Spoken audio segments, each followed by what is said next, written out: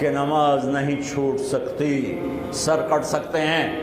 تو انہوں نے آگے ہو کر کہا کہ بھائی نماز کے لیے جنگ روکو۔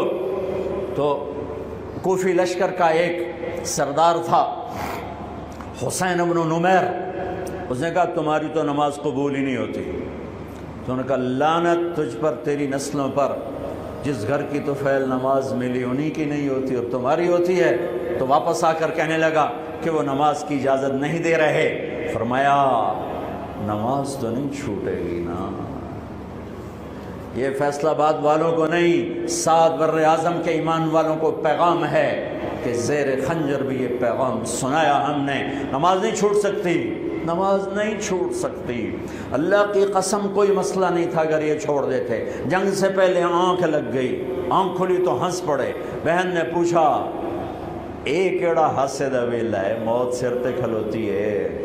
فرمایا بہن ابھی اللہ کے نبی کو خواب میں دیکھا ہے، کہہ رہے ہیں بیٹا میں لینے کے لیے آ چکا ہوں، موجوں ہو گئی، لینے کے لیے آ چکا ہوں۔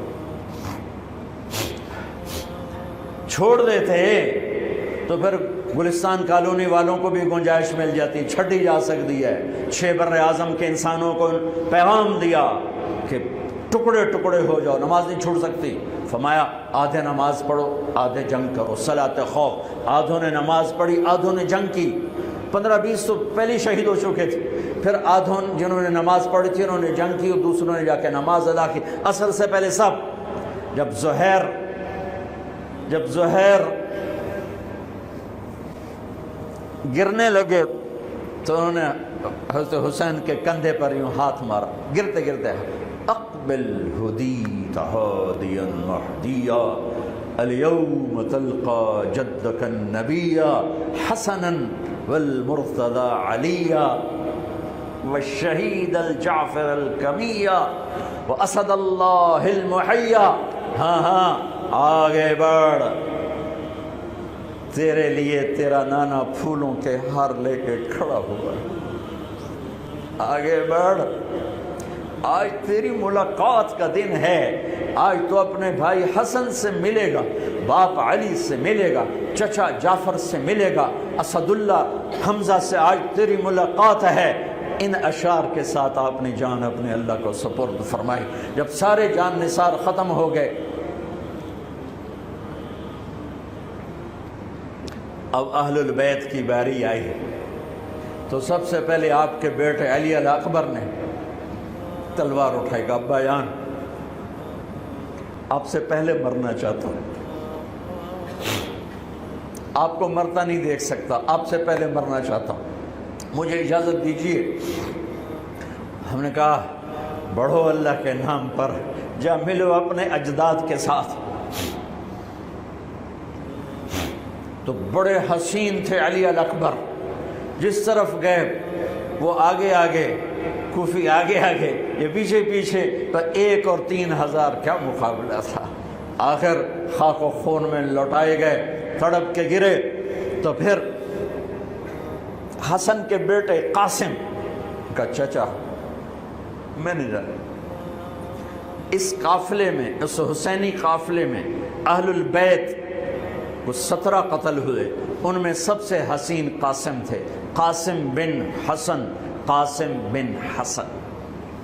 جب ان پر تلوار کا وار پڑا تو ان کا ہاتھ کٹا اور نیچے گرے تو انہوں نے کہا یا اماں، ہائے چچا۔ تو حضرت حسین زخموں سے چور ہو چکے تھے، لیکن جس سے بجھتی شمع بھڑکتی ہے، اب زخمی شیر کی طرح لپکے اور کائی کی طرح مجمع کو چیرا۔ جب وہاں پہنچے تو وہ ایڑیاں رگڑ رہے تھے اور خاک و خون میں لت پت تھے، تو اٹھا کے سینے سے لگایا۔ ان کی آخری ہچکیاں ان کے سینے پہ ختم ہوئیں۔ کہنے لگے بھتیجے آج تیرا چچا بڑا بے بس ہے، آج وہ تیری مدد کو نہیں آ سکتا ہے، لیکن ایک دن آنے والا ہے جب تیرے نانے کی عدالت میں فیصلہ ہوگا۔ پھر ان کی لاش کو اٹھایا،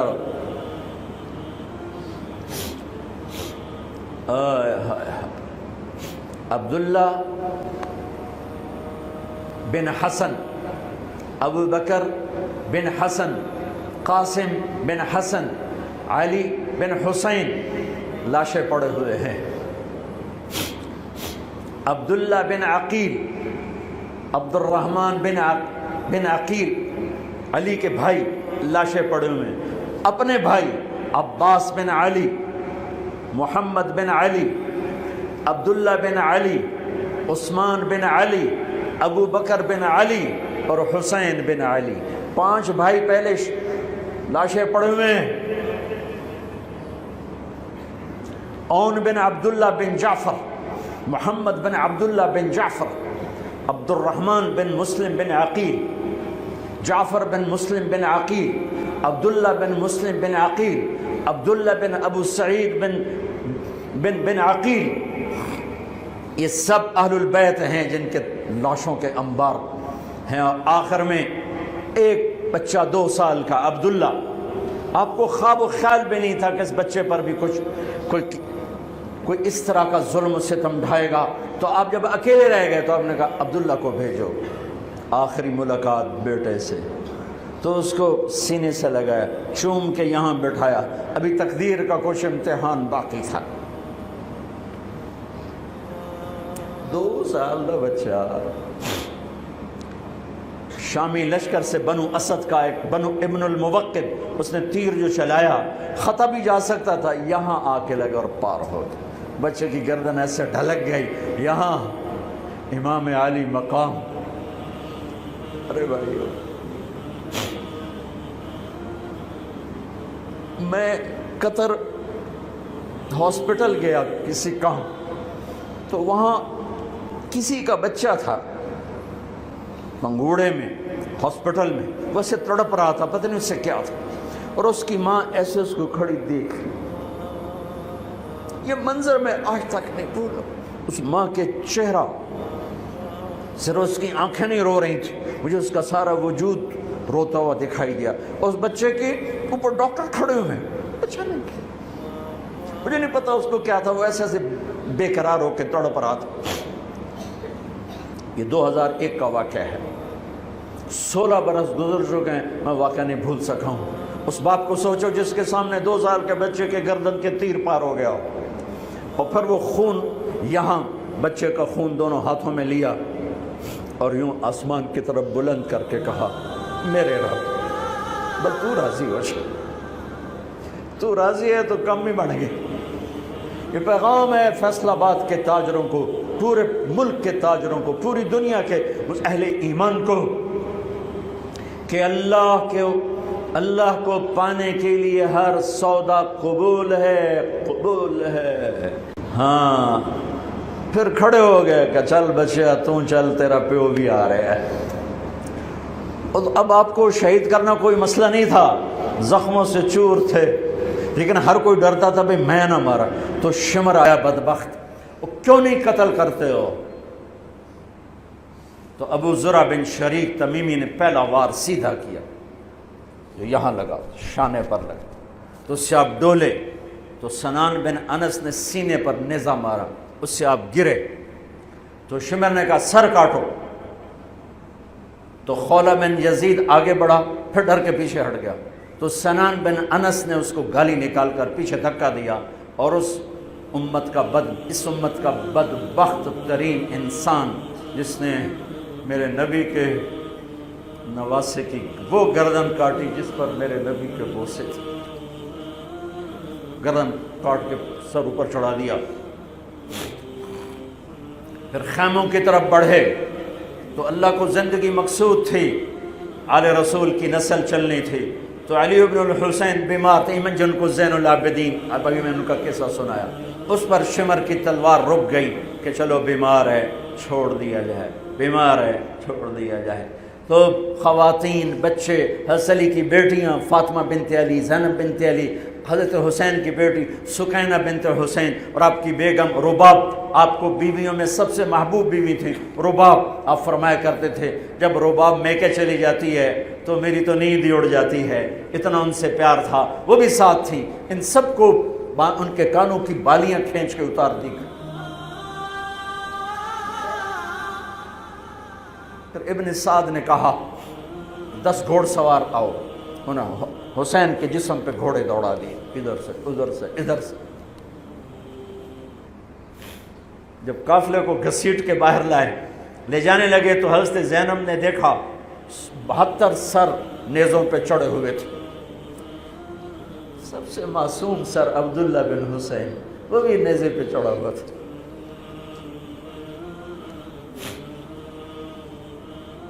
ہم نے کربلا کو افسانہ بنا دیا، یہ کمائی کا ذریعہ بنا لیا۔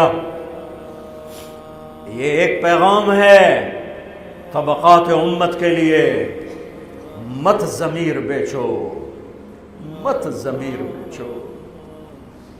ٹکڑے ٹکڑے بدن۔ تو حضرت زینب کی زبان سے چند الفاظ نکلے جنہوں نے، آپ حیران ہوں گے، کوفی لشکر والے رونے لگے جو ابھی قتل کر رہے تھے، ان کی آنکھوں میں آنسو آ گئے۔ قوا محمدا وا محمدا،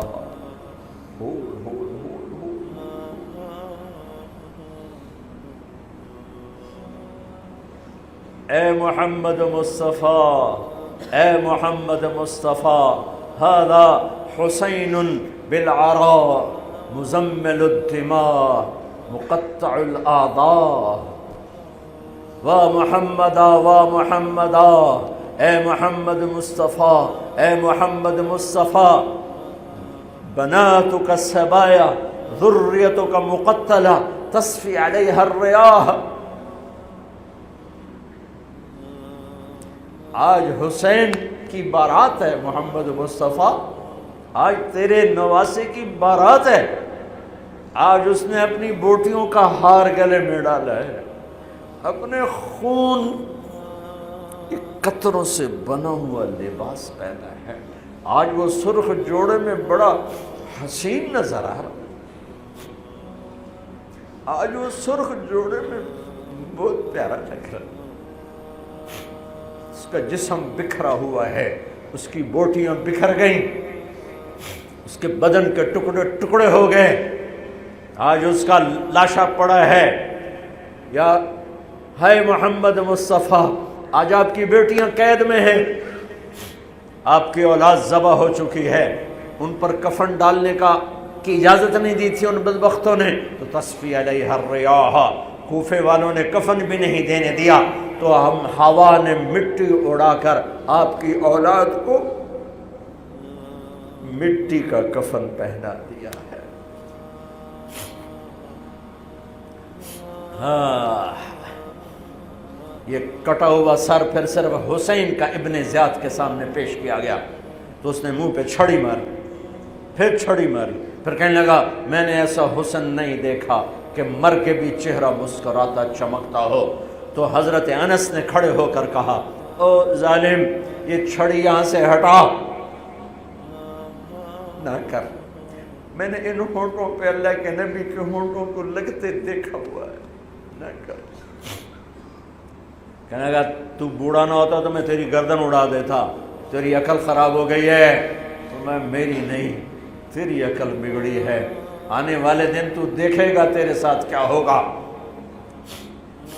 پھر یہی سر یزید کے سامنے رکھا گیا،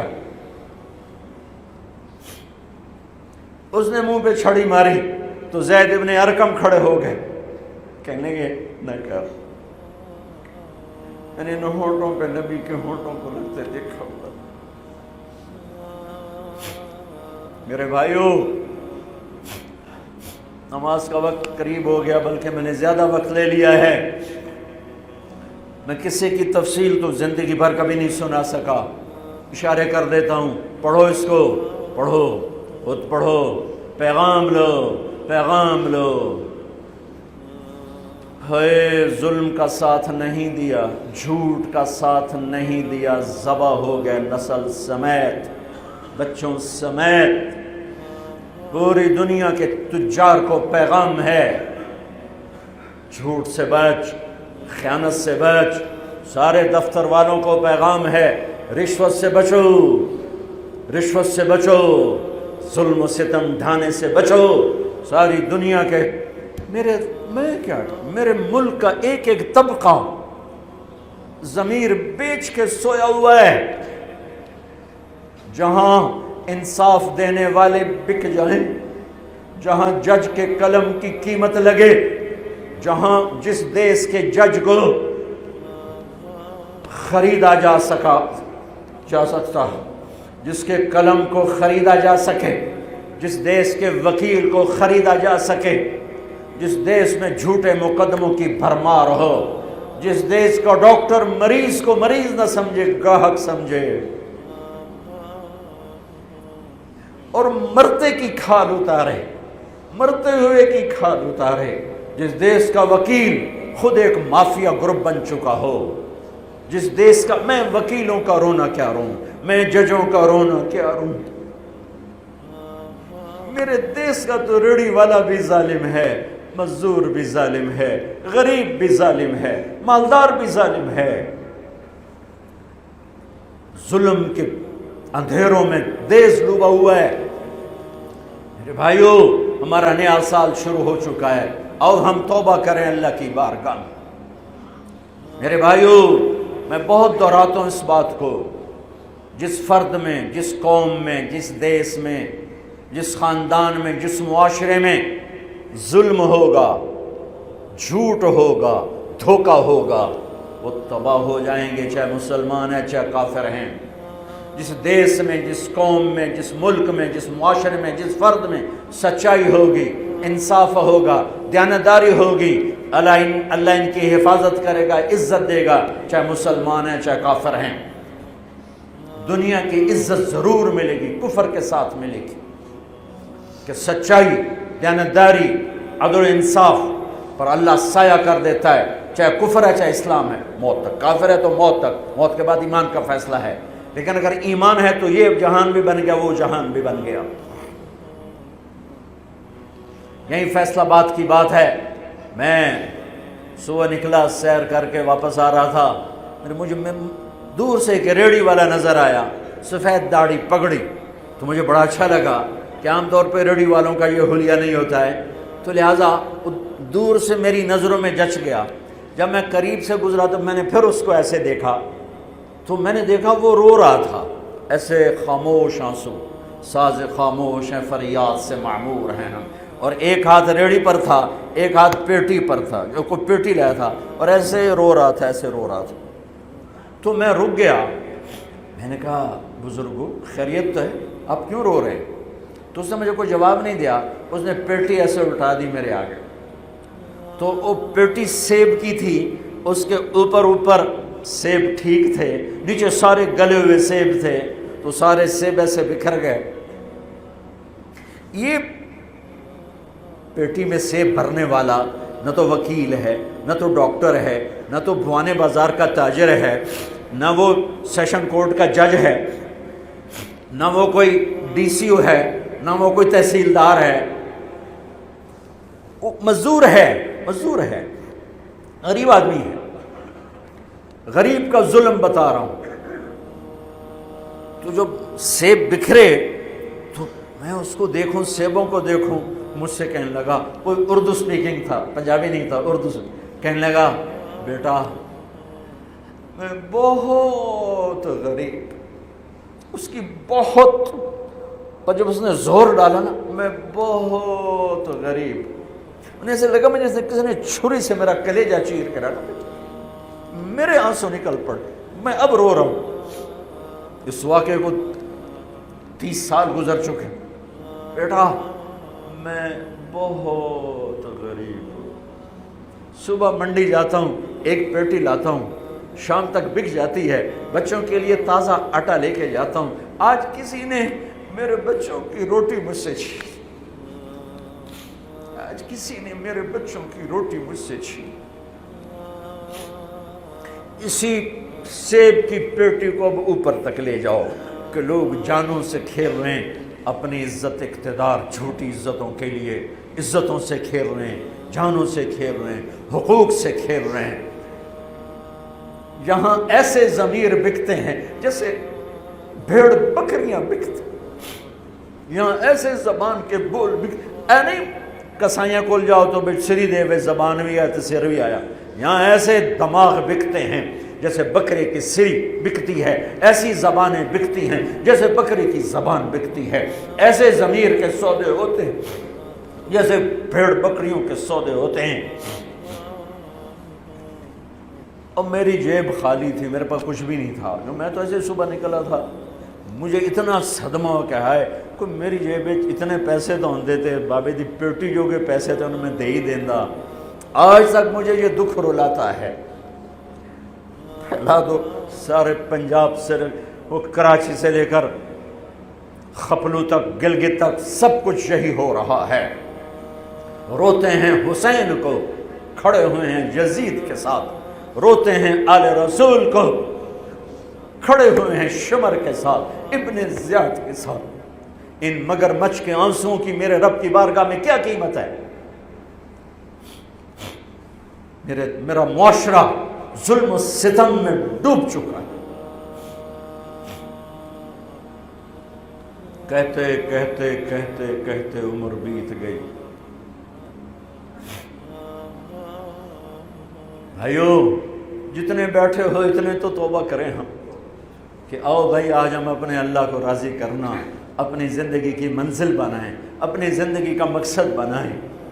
ظلم سے نکلو، جھوٹ سے نکلو، بہتان سے نکلو، رشوت سے نکلو، حرام سے نکلو، شراب سے نکلو، زنا سے نکلو، بدکاری سے نکلو، فحاشی سے نکلو، جوئے سے نکلو، جھوٹے مقدموں سے نکلو، جھوٹی گواہیوں سے نکلو۔ قتیبہ بن بکار کی مجلس میں مصر کا بادشاہ واز سنتا تھا، 18 برس آتا رہا، 18 برس، اور ہر سال 1000 دینار، 1000 دینار ان کو گفٹ کرتا تھا، 1000 دینار، کوئی 10 کروڑ روپیہ بنتا ہے، 1000 دینار۔ 18 سال کے بعد ایک فتوے پہ دستخط مانگے کہ یہاں سائن کر دیں، فتویٰ غلط تھا۔ انہوں نے کہا مولوی نو 18,000 دینار دیتے کیوں نہیں کرے گا؟ انہوں نے فرمایا یہ تو شرعاً خلاف ہے، میں کیسے دستخط کروں؟ وہ کہنے لگا کرنے پڑیں گے۔ کہا میرا ضمیر نہیں تم ایسے خرید سکتے، میں نہیں کروں گا۔ کہنے لگا میرے 18,000 دینار واپس کر۔ 18,000 دینار اربوں روپیہ بن چکا ہے۔ انہوں نے کہا مولوی بھکھا ساڈا کھاوے تے ساڈے اگوں سر چاوے۔ کہنے گے ٹھیک ہے، گھر گئے، 18 تھیلیاں 1000 دینار کی، ان کے رسی بھی گرا بھی نہیں کھولی تھی، گرا پہ سرکاری مہر ہوتی ہے، وہ مہر بھی نہیں ٹوٹی ہوئی تھی، جیسی تھی ویسی لا کر اس کے سامنے رکھ کے کہا تو میرے ایمان دا مول اتنا ہی لایا ہی اے 18,000، نکل جا میری مجلس سے جو کم وقت، تو نے مجھے 18,000 میں خریدنا چاہا، تو نے میرے ایمان کی قیمت یہ لگائی تھی۔ جیسے وہ پڑا تھا اس کے منہ پہ مار دیا۔ بھائیو ایسا اللہ سے ایمان مانگو، ضمیر مانگو جو اللہ پہ تو قربان ہو، لیکن ان سکوں پر نہ بک جائے، ان ٹھیکروں پر نہ بک جائے۔ نیت کرتے ہو سارے؟ توبہ کرتے ہو میرے ساتھ؟ کہو یا اللہ میری توبہ، پھر کہو یا اللہ میری توبہ، پھر کہو یا اللہ میری توبہ۔ پکی ہے تو اللہ کے ہاں قبول ہے، چونکہ میرے رب کو توبہ جیسے پسند ہے۔ سبحان اللہ۔ اور میری تمہاری تو عمر ہی کوئی نہیں ہے۔ میرا رب کہتا ہے میرا بندہ اتنے گناہ کر کہ زمین سے اٹھا کر آسمان کی چھت کو لگا دے، یہاں سے اٹھا کر آسمان کی چھت کو لگا دے، پھر صرف ایک دفعہ کہنا یا اللہ معاف کر دو، میں ساری معاف کر دوں۔ ہمارے گناہوں کی تو حیثیت ہی کوئی۔ میں نے مانچسٹر میں بیان کیا، آخر میں ایسے توبہ کروائی تو ایک نوجوان آ گیا، لاہور کا تھا، کہا جی مولانا صاحب یہ گناہ معاف ہو گئے سارے؟ میں نے کہا ہاں۔ یہ توبہ پہ ہو گئے؟ واقعی ہو گئے؟ میں نے کہا بالکل۔ جی میں نے بہت گناہ کیے ہیں، سارے معاف ہو گئے؟ میں نے کہا بالکل ہو گئے۔ جی میں نے بہت کیے ہیں۔ میں نے کہا بیٹا تیری تو عمر ہی کوئی نہیں، تو نے کتنے کیے ہوں گے؟ تو رب کی رحمت کو جانتا نہیں۔ ہمارے بر صغیر کا معاملہ ڈراتے زیادہ ہیں، اتنا اللہ سے ڈرایا کہ اللہ سے جدائی کر دی، اللہ سے ہی بھگا دی۔ ایک دفعہ ایک آدمی کہنے لگا تسی مولویاں ساڈے کولو ساڈا رب بھی کھو لیا، بہت مالدار آدمی تھا، تسی مولویاں ساڈے کولو ساڈا رب بھی کھو لیا، تسی سانو رب کولو اتنا ڈرایا ہے کہ اسی ہن نے پتہ نہیں ساڈے نال اس کرنا کی۔ میں نے کہا یار میں تو نہیں ڈرا، تمہیں تو خوشخبری دو بھئی اللہ کے پاس آ جاؤ، اللہ کے پاس آ جاؤ، نہ کہیں جہاں میں امان ملی، جو امان ملی تو کہاں ملی، میرے جرم خانہ خراب کو تیرے عفو بندہ نواز۔ اور کوئی راستہ ہے؟ اللہ کو مناؤ، ایک بول پہ مانتا ہے، ایک بول پہ مانتا ہے، ایک آنسو پہ مانتا ہے، پھر ٹوٹ جائے پھر کر لینا، پھر ٹوٹ جائے پھر کر لینا۔ اور یہ تبلیغ کا کام، اس کو سیکھنے کی محنت ہے، اللہ ہمت دے تو ٹائم لگانا۔ نیا سال شروع ہو رہا ہے، کسی سے لڑے ہوئے ہو صلح کرو، کسی کا حق مار کے بیٹھے ہو واپس کر دو، نہیں کرنے کی طاقت تو جا کے معافی مانگ لو کہ جب ہوگا میں دے دوں گا، جب ہوگا میں دے دوں گا۔ کسی کے ساتھ بغض ہے دل کو صاف کرو، کسی کا نفرت ہے دل کو صاف کرو، کسی سے بائیکاٹ کیا ہوا ہے ابھی جا کے اس سے مل لو، اس سے ملاقات کر لو اور اس سے سینے سے لگا لو کہ نیا سال اس طرح شروع ہو کہ ہمارا دل پوری دنیا کے لوگوں سے صاف ہو۔ تو اللہ تعالیٰ بھی ہمارے گناہوں کو صاف فرمائے گا، معاف فرمائے گا۔ اللہ تعالیٰ ہمیں اور آپ کو عمل کی توفیق بخشے۔ جتنا مجمع آئے ہو، اگر نماز میں سستی ہے تو بھائی آج کے بعد نماز نہیں چھوڑ، ٹھیک ہے نا؟ اور ایک جھوٹ نہیں بولنا، سچ بولنا ہے، ٹھیک ہے؟ کسی کو دھوکہ نہیں دینا، دیانتداری سے کام کرنا ہے۔ یہ چند کام کرنے کے کام بن جائے گا، سنتیں ادا کرو۔